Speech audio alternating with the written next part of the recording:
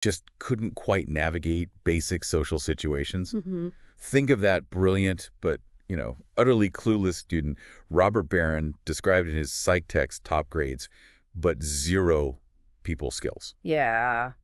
It really makes you wonder, doesn't it? How much of what we learn in school truly goes beyond just the textbooks and tests. That's a really insightful way to start, and it frames perfectly what we're about to explore today. We've got this fascinating and really comprehensive study with us. Right. What an incredible scope, actually, and it was shared with us by you, our listener. It's the Cognitive and Affective Skills Study, or CAS. Exactly. And today, our mission really is to dig right into the heart of this CAS report. We want to understand what this, massive research effort tells us about how students are developing in Indian schools. Not just, are they learning their multiplication tables, but are they also gaining those essential social and emotional skills?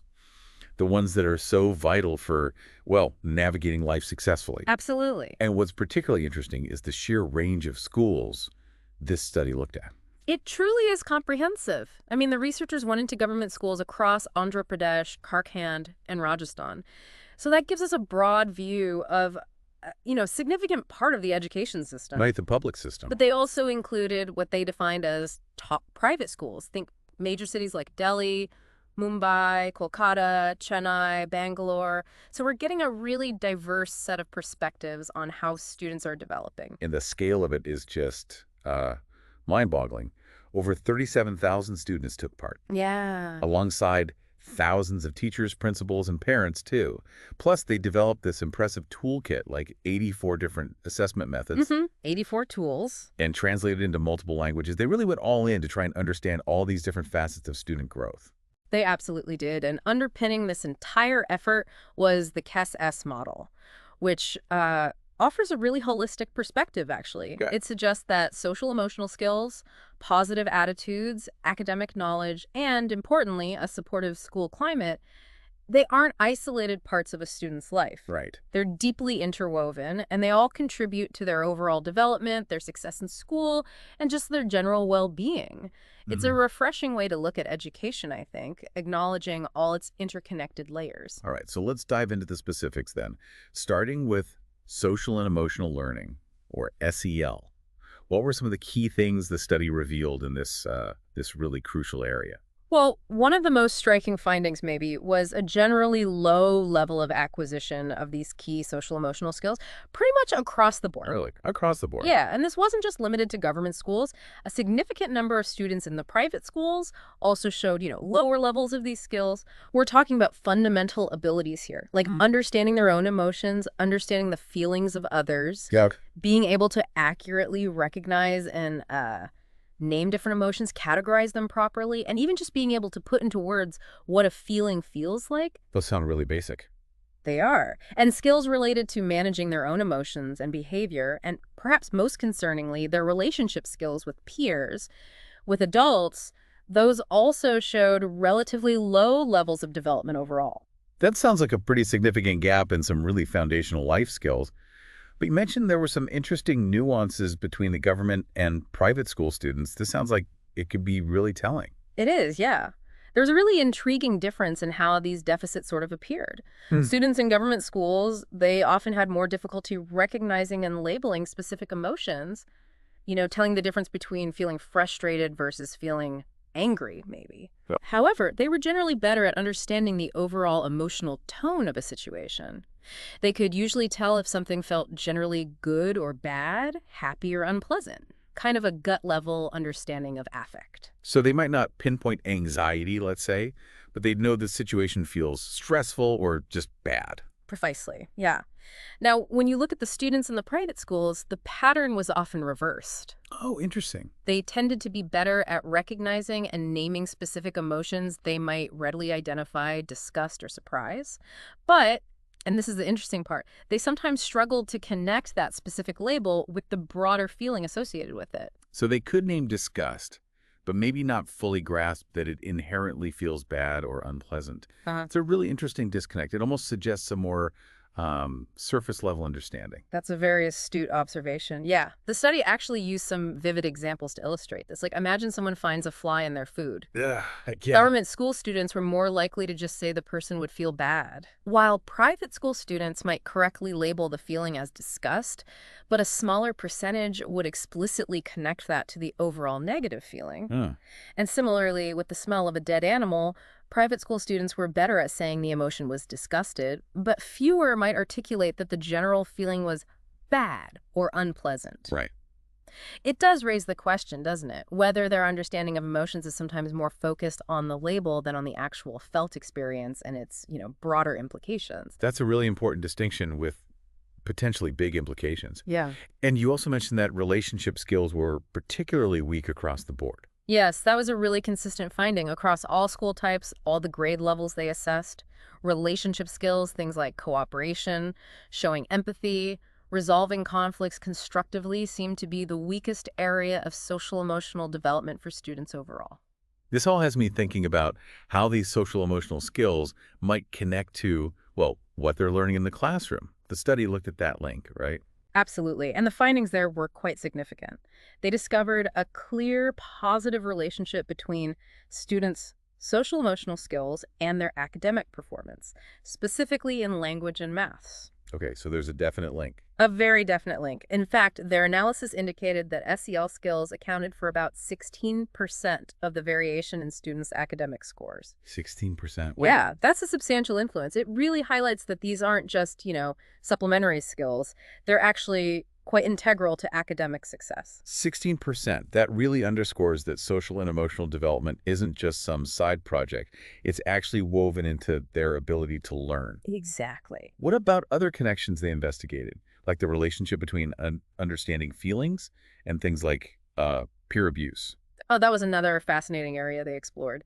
The study found a correlation between a student's ability to understand general feelings, their own and others, and the reported levels of peer abuse in their schools. In states like Rajasthan and Jharkhand, as students showed a better grasp of these general effects, reports of peer abuse tended to decrease. That makes sense. It does. However, this wasn't a consistent pattern everywhere. In Andhra Pradesh and in the private schools, they didn't see that same clear improvement in understanding feelings with age. Oh. And regrettably, reports of peer abuse sometimes even increased in the higher grades in those contexts. That's worrying. It is. It suggests that simply getting older doesn't automatically lead to improved social dynamics or, greater empathy among students. That's a complex picture, showing that social emotional growth isn't always a simple linear process. It sounds like different SEL skills also develop at different rates. Precisely. Yeah, the study looked at how quickly students seem to grasp different specific emotions and found a pretty clear order. Happiness was the emotion they understood most easily. Okay, that seems intuitive. Right.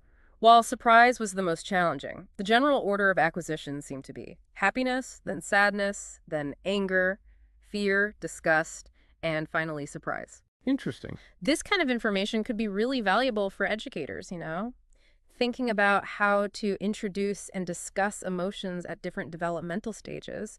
Maybe focusing on those foundational emotions earlier on makes sense. And it sounds like the ability to simply correctly identify an emotion, like pointing to a happy face and saying, happy, that was a relative strength for most students. Yes, that's right. What they termed the affirmation of correct categorization was a relatively well-developed skill across all types of schools and grade levels. Students were generally quite good at correctly labeling basic emotions when shown an example. So they can recognize the label, but as we discussed earlier, maybe the deeper understanding might be missing. Exactly. It's like knowing the name of a dish on a menu, but not really knowing what it tastes like or how it's made. Good analogy. The study also explored how different SEL skills connect with each other. They found, for instance, that students who have a good understanding of their own emotions are also more likely to be able to understand the emotions of others. Makes sense, right? Yeah, that tracks. And as we touched on, having a general sense of whether an emotion feels good or bad does seem to help with recognizing and labeling it, but it doesn't necessarily mean they have a detailed understanding of its specific triggers or characteristics. It's like knowing the genre of a book, but not understanding the plot or the characters. That's a great analogy. And there was an interesting difference between private and government schools when it came to confirming and denying emotional categories. Oh. Private school students who could correctly identify an emotion were also more likely to be able to correctly say what it wasn't. Ah, okay. That connection wasn't quite as strong in government schools. And finally, the study pointed out a surprisingly weak link between being able to say how an emotion generally feels, like happiness feels good, and understanding its specific attributes or what might cause it. Hmm. Someone might have a general sense of an emotion, but still not really grasp the different situations that can lead to it or the various shades of that feeling. So a lot to unpack with SEL. Definitely highlights areas where students across the board could benefit from more focused development. Let's switch our focus now to academic learning outcomes. The report seems to paint a concerning picture there too, especially in the government schools, doesn't it? It does present a rather stark reality, yeah. The study revealed alarmingly low levels of basic academic learning in government schools right across the spectrum. Wow. Students struggled with really fundamental skills in both language and maths. Things like being able to identify basic words, spelling correctly, understanding simple sentences. Basic literacy. Exactly. Telling time, having a basic understanding of numbers, performing simple arithmetic. These are competencies they really should have solidified much earlier in their schooling. These are the absolute building blocks for all future learning. Precisely. And what's particularly troubling is that even in areas where students seem to have acquired some knowledge through rote learning in the lower grades, Right, memorization. that understanding quickly broke down when questions were presented in a slightly different way or required a bit more critical thinking. For example, while nearly half the students could recall information verbatim from a sentence in a passage, less than a quarter could do so if the same information was spread out across different parts of the text. So no real comprehension. It really points to a lack of genuine comprehension beyond just memorization. It highlights that they're not really grasping the underlying concepts then. Exactly. And this issue seemed to compound as they progressed through the grades. Students entering higher classes were still lacking these fundamental skills from their earlier education. Oh, dear. The report gave a striking example. Less than half of 7th grade students in Andhra Pradesh, and only about a quarter in Rajasthan and Jharkhand, could identify a number based on the place value of its digits, a concept they should have grasped way back in 2nd grade. Second grade, that's a huge gap. It is, and even with routine procedural questions in higher classes, like those involving cube numbers or surface area, many struggled. Across all these areas, the study consistently pointed to a lack of deep conceptual understanding. And it wasn't just about not learning new things effectively. You mentioned there were also persistent misconceptions, things they weren't unlearning. That's right. The study actually tracked how some common misunderstandings in areas like fractions, identifying shaded shapes, how those evolved across different grade levels. Yeah. And the level of improvement was practically negligible. Oh, wow. Students were holding on to incorrect ideas year after year. It really suggests a failure in the teaching methods to effectively address and correct these fundamental errors. That's a really worrying trajectory for the government school system. What about the top private schools then? They generally have more resources, often a different teaching approach. Were the academic outcomes significantly better there? Well, yes and no. While private school students generally did perform much better on those basic competency tests, the study uncovered a different set of academic challenges. Okay. Their learning, while often resulting in correct answers to procedural questions, was frequently characterized as being very rote. It often lacked deep conceptual understanding. So similar issues, but manifesting differently. Kind of. Hmm. They also struggled to apply their knowledge in new or real-world situations and had difficulty comprehending information beyond what was explicitly stated in a text. So they might be able to follow a formula in math, say, but not understand the why behind it, or when to apply it in a different context. Exactly that. They might be able to correctly identify a standard rectangle, but then struggle with a slightly atypical question about the properties of rectangles. Right. They could often recall specific facts from a reading passage if asked directly, but they had difficulty connecting ideas presented in different parts of the text or drawing even simple inferences from what they had read. This again points to a limitation in genuine understanding, just manifesting in a different way than in the government schools. It sounds like a similar underlying issue, maybe, of a lack of deep comprehension, just with a different flavor. Precisely. And surprisingly, the study also found that students in these top private schools were actually falling behind in certain aspects of their language skills. Really? Language skills. Yeah, their vocabulary was often limited, and they struggled to understand the meaning of familiar words when used in a slightly different context. And making straightforward inferences from written material was also a challenge. Huh. This was a consistent finding across all the grade levels they examined. That's quite unexpected, especially given that these are often English medium schools, right? It is. The report even speculated that this might be partly due to, increased exposure to audiovisual media and the kind of abbreviated language used on social media. Oh, okay. Perhaps coming at the expense of developing strong reading habits and a rich vocabulary through more traditional means, like reading books. Interesting theory. They also noted that students in private schools often made errors simply due to a lack of attention to detail, even when they seemed to grasp the core concept in another question. Careless mistakes. Kind of. And while they did see some improvement in addressing more basic misconceptions as students progressed, a significant number of these incorrect ideas still persisted into the higher grades. So when you compare the two types of schools, what's the overall picture of academic performance that emerges from this study? What's the bottom line? The study revealed a really significant performance gap, a big one. On average, students in those top private schools scored about 1.2 to 1.3 standard deviations higher than government school students in both language and maths. Okay, 1.2 to 1.3 SD. That's substantial in educational terms. So it's a very substantial difference in their learning levels, yeah. Unfortunately, this gap tended to widen as students moved up through the grades, particularly in language. It got worse over time. Especially in language, yes. They also observed variations in government school performance across the 3 states. Andhra Pradesh sometimes showed better results in the lower grades, but then seemed to fall behind in the higher ones. Right. And while private schools outperformed government schools in the basic language tool, that's the one using pictures to assess language comprehension without relying on reading ability. Okay. The gap was smaller compared to the full language assessment.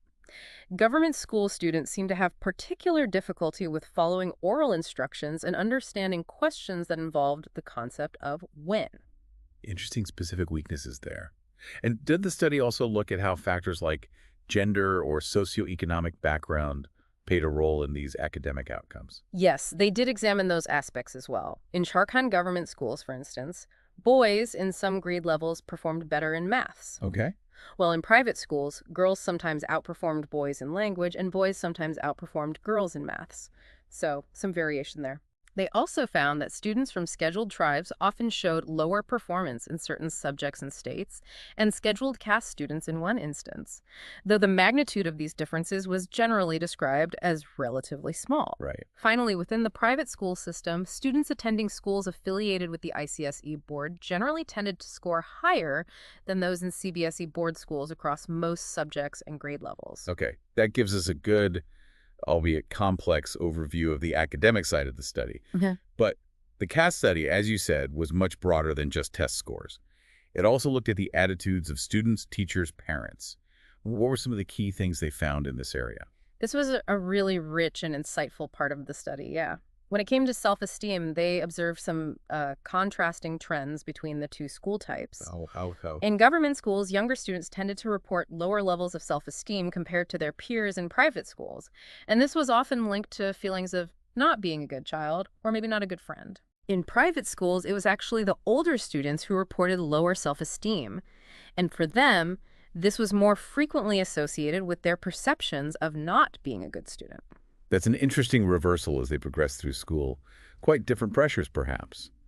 What about how these different groups perceived teachers? Interestingly, teachers across both types of schools seemed to share similar views on what makes a bad teacher. Right. They were more likely to see themselves as ineffective if their students struggled to understand the material, didn't get good grades, or found the subject boring, Okay. rather than if they weren't seen as particularly fun or if students didn't show them a great deal of respect. So focused on the learning outcomes. Seems like it. And parents in government schools also reported having higher expectations of themselves as parents compared to parents of students in private schools. Higher expectations of themselves. Interesting. And how did the students feel about their peers, their friends? Across the board, whether they were in government or private schools, and regardless of age, students showed a clear preference for sharing their personal secrets with close friends rather than with family members. That sounds familiar. And this tendency seemed to become stronger as they got older. Their willingness to actually befriend other students was also influenced by those students' behaviors. Oh, so. Well, they were less likely to want to befriend students who were known bullies or who committed serious offenses. That makes sense. Sure. But they were generally more open to befriending peers who struggled academically, who were seen as kind, or even those who might be ridiculed for their appearance or who engaged in minor pranks. That suggests a certain level of social awareness and maybe a degree of empathy there. What about their attitudes towards their parents?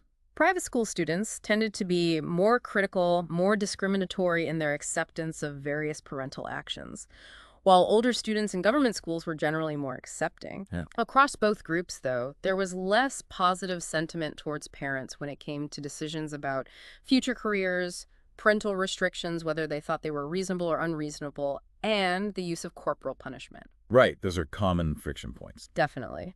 Younger students in government schools expressed more negative feelings about perceived parental neglect, while students in private schools were particularly resistant to what they considered to be unreasonable restrictions imposed by their parents. It sounds like those relationships can be complex and sometimes fraught, regardless of the school type. What about their attitudes towards their teachers? A strong negative feeling towards teachers who showed favoritism bias towards certain students, that was a really consistent finding across all age groups and school types. Nobody likes favoritism. Nope. And this negative attitude seemed to intensify as students got older. Again, students in private schools tended to be more critical in their evaluation of teachers' actions, whereas older students in government schools were generally more accepting. When the study looked at students' beliefs about why people become teachers, the most common reason cited was a genuine desire to teach others. That's good to hear. Yeah, but there are nuances. Government school students were more inclined to see teaching as a profession that garners respect, while private school students more often mentioned a love for children as a primary motivation. Interesting difference. But interestingly, both groups largely viewed teachers as important sources of guidance and support. And what about the parents' attitudes towards their own children and their children's peers? Parents of students in government schools generally expressed less positive attitudes towards their children in various situations, like when they misbehaved or struggled academically compared to parents in private schools. Okay. The private school parents, again, tended to show more nuanced or, discriminatory acceptance of their children's actions. It's noteworthy that just over half of the parents in both school types reported feeling positive even when their child had committed a serious offense. Just over half. What about their kids' friends? When it came to their children's friends, parents in both government and private schools held negative views towards children known to be bullies. That was shared. Understandable. Government school parents also expressed concern about their children forming friendships with wealthier students, fearing it might lead to desires they couldn't fulfill. Right. While private school parents were more worried about their child feeling inferior if they befriended academically brighter students. Those anxieties really reflect the different socioeconomic realities of the two groups, don't they? Yeah. What about the parents' perspectives on the teachers? A shared concern among parents in both types of schools was a negative attitude towards teachers who were perceived as not teaching effectively. That came through strongly. Okay. Additionally, government school parents express less positive feelings towards teachers who they believed treated illiterate parents differently. That's important. Overall, parents of students in private schools tended to have more positive attitudes towards teachers compared to their counterparts in government schools. Similar to the students, parents largely believed that people become teachers primarily to impart knowledge. Right. Although government school parents placed less emphasis on a love for children as a motivator, and private school parents less on the aspect of salary. The view of teachers as sources of guidance was also prevalent among parents. And what about the teachers' attitudes towards their students and the students' parents? Any key findings there? Teachers in both government and private schools generally held less positive views towards students who engaged in pranks or committed serious offenses. Predictable, maybe? Sure. Interestingly, private school teachers showed lower positivity towards academically very bright students. Really? Why was that? The report suggested it might be due to concerns about potential social dynamics within the classroom. Perhaps they felt very bright students sometimes disrupted the social balance. They were, however, more positive towards students who were struggling academically. Regarding parents, teachers in both groups expressed negative feelings about parents who offered unwarranted gifts or who frequently argued about their child's grades. Okay, so a lot of common ground there. but also some distinct perspectives clearly shaped by the different school environments. This study also delved into student self-efficacy and their values, didn't it? Like how confident they felt. Yes, in general, students in both types of schools reported feeling quite confident in their abilities across various areas, Yeah. which is good. Yeah. However, self-efficacy, specifically in subjects like maths and conceptual understanding, tended to decrease somewhat as they got older. Okay. Confidence waned a bit. A bit in those Okay. areas. Private school students showed a stronger inclination towards intrinsic values for learning, like the enjoyment they got from it. Learning for learning's sake. Kind of. Whereas government school students increasingly valued extrinsic rewards, like good grades, as they progressed through school. Right. Maybe more focused on the outcome. Possibly. When asked about their future subject preferences, private school students showed clearer preferences, indicating less interest in subjects like sports and language, for example. Okay. While government school students didn't exhibit such distinct preferences across the board. And how did they perceive their understanding of subjects like maths and science? Was it about memorizing or understanding? Both groups tended to appreciate science from a relational perspective, focusing on understanding the connections between different concepts and phenomena. Okay, that sounds positive. But for maths, government school students reported liking it more for its instrumental value, its usefulness in memorizing formulas, procedures. The how-to. Exactly. While private school students favored its relational aspect, the understanding of underlying concepts. And interestingly, in private schools, having that relational understanding of maths was linked to achieving higher scores in the subject. So understanding the why actually led to better results there. It seems so. The study also explored the concept of growth mindset. The belief that intelligence and abilities can be developed through effort and learning. Right. Fixed versus growth mindset. Exactly. They found that a larger proportion of private school students held this growth mindset belief. And significantly, this belief was linked to higher academic scores in both government and private schools. That really highlights the power of believing in your potential to improve, doesn't it? What about habits that contribute to success in school, like regular attendance or perseverance? Government school students increasingly recognized the importance of attending school regularly for learning as they got older. Okay. While the opposite trend was observed in private schools, they saw it as less important with age. Interesting difference. Private school students generally reported higher levels of perseverance when faced with challenging tasks. And there was a slight increase in the preference for delayed gratification among older government school students in some of the states studied. Okay. And finally, the study examined attitudes towards various social objects, things like gender, caste, linguistic diversity. This sounds like a particularly important and, frankly, sensitive area to explore within the Indian context. It is indeed. And the study's findings revealed some deeply concerning trends, particularly within the government school system. Okay. Across students, parents, and teachers in government schools, there was a significantly higher prevalence of traditional and, frankly, discriminatory attitudes towards social objects like gender, caste, linguistic diversity, civic sense, citizenship, and socioeconomic differences compared to their counterparts in private schools. Significantly higher in government schools. Yes. This disparity was most pronounced among the students and parents surveyed. Furthermore, across all groups, males generally tended to hold more traditional and discriminatory views than females. Let's delve a bit deeper into that. What specific attitudes did they find regarding gender, for instance? Well, government school students showed high levels of agreement with discriminatory attitudes towards girls' equal rights in areas like nutrition, education, freedom of movement. And they also endorsed traditional gender stereotypes quite strongly. Wow. While private school students expressed more egalitarian views overall, some biases in these areas were still evident even there. Right. Interestingly, discriminatory attitudes towards female education and gender stereotypes tended to decrease with age in both school types. Okay, some improvement there. But this wasn't the case for beliefs about nutrition and mobility, especially in government schools. Yeah. The issue of girls' freedom of movement appeared to be a particularly contentious one. Traditional beliefs about girls primarily focusing on housework and preparation for marriage. That persisted strongly in government schools. And gender stereotypes regarding appropriate activities for boys and girls were also common. Overall, traditional beliefs about gender roles were still quite prevalent, with beliefs about men's roles often being even more traditional than those concerning women's roles. And what did they find concerning attitudes towards caste? Another deeply embedded social issue in India. Within government schools, there was substantial support for negative caste attitudes. We're talking beliefs in social exclusion, segregation, prejudice, various forms of Oh discrimination. dear. Although these attitudes did show a slight decrease with age.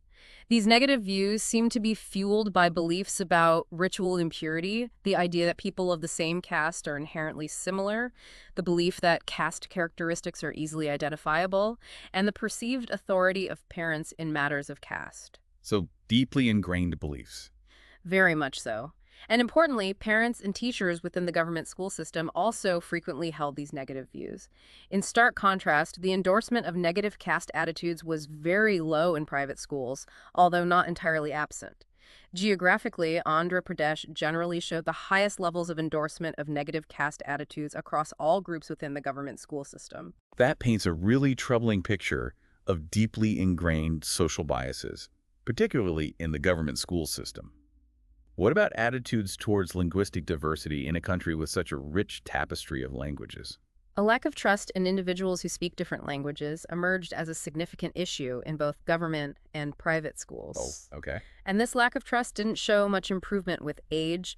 There were expressed concerns about befriending those who speak other languages, and just a general lack of appreciation for linguistic diversity. Why the distrust? Government school students often linked this distrust to the idea that those speaking different languages might have strange customs or be more likely to cheat. Private school students were more concerned about the possibility of being cheated because of a language barrier. Different reasons, same outcome. Pretty much. Negative attitudes towards linguistic diversity were also prevalent among parents and teachers in government schools, with Andhra Pradesh again showing the highest levels of negativity. That's concerning in such a multilingual nation. What about attitudes towards civic sense? Like littering, things like that, and a broader sense of citizenship. High levels of acceptance of poor civic behaviors like littering, open defecation, contributing to pollution were widespread in government schools. Although this acceptance did tend to decrease somewhat with age. Why did they accept it? Reasons given included convenience, habit, and a tendency to blame others.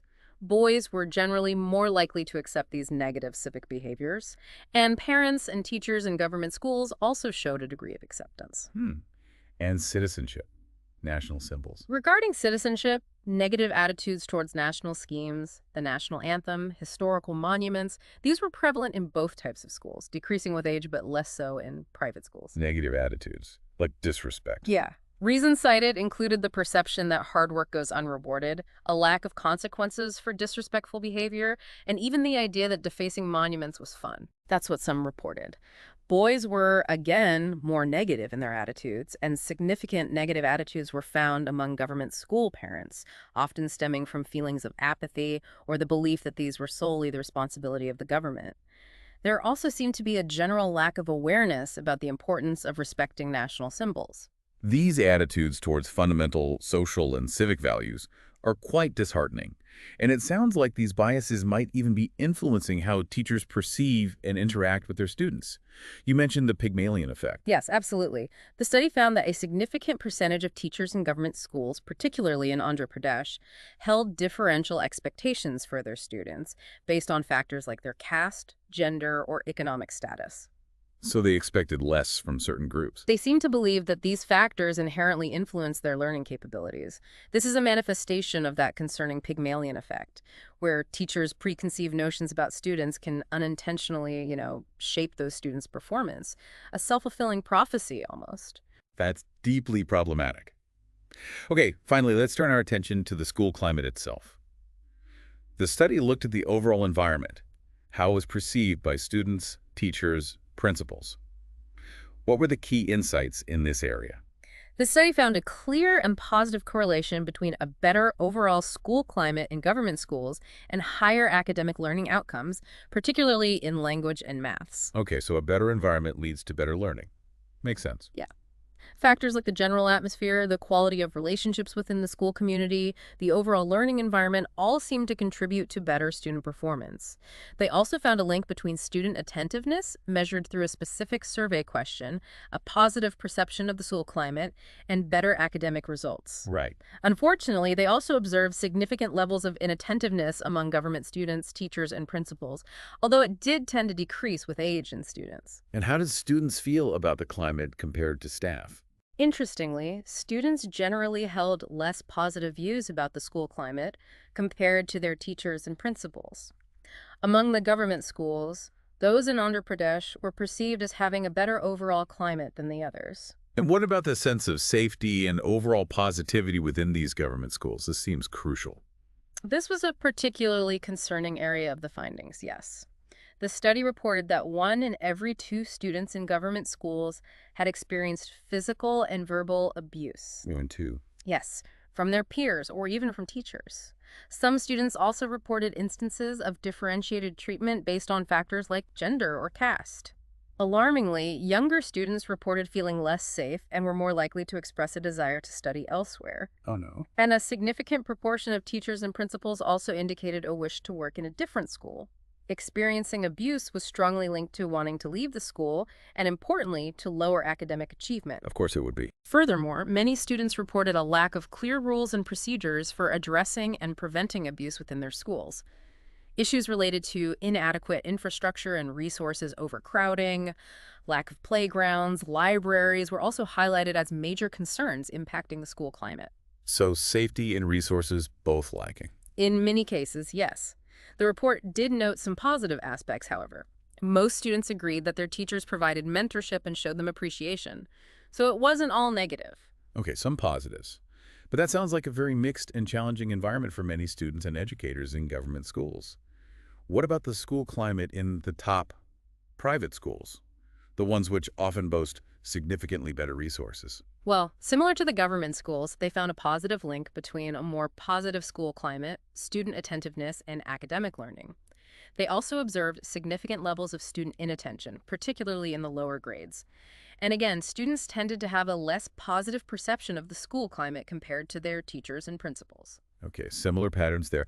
But what about safety? However, the findings regarding safety and overall positivity were, in some respects, even more alarming in the private schools. More alarming. How?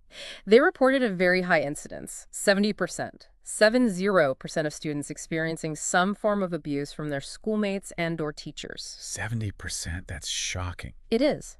This included high rates of verbal abuse, physical harm inflicted by peers, physical punishment, and instances of differentiated treatment by teachers.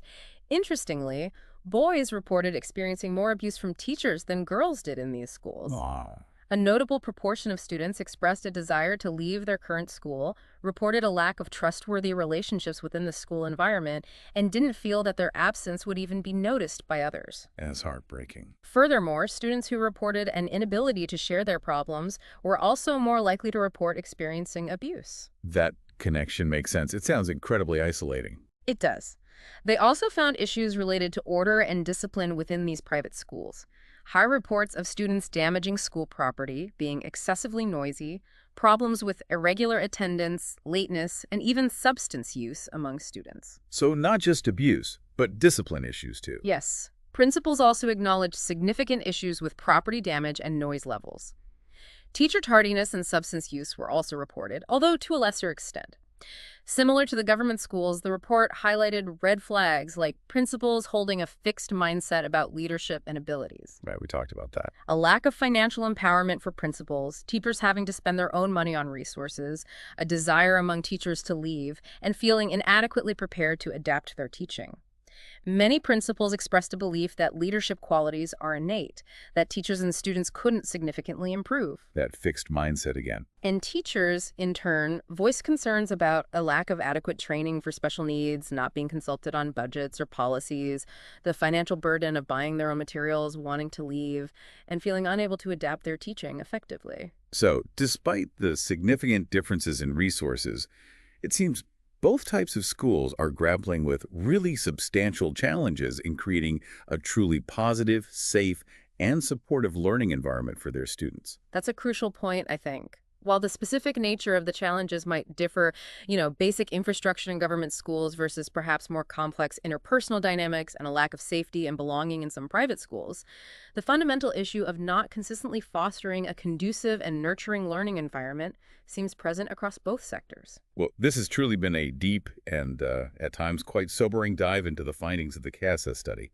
To quickly recap some of the key takeaways for you, our listener, we've seen significant deficits in social-emotional skills across the board, with those interesting differences in how they manifest between government and private school students. Hmm. We've observed the prevalence of rote learning in both sectors, although leading to different kinds of academic weaknesses.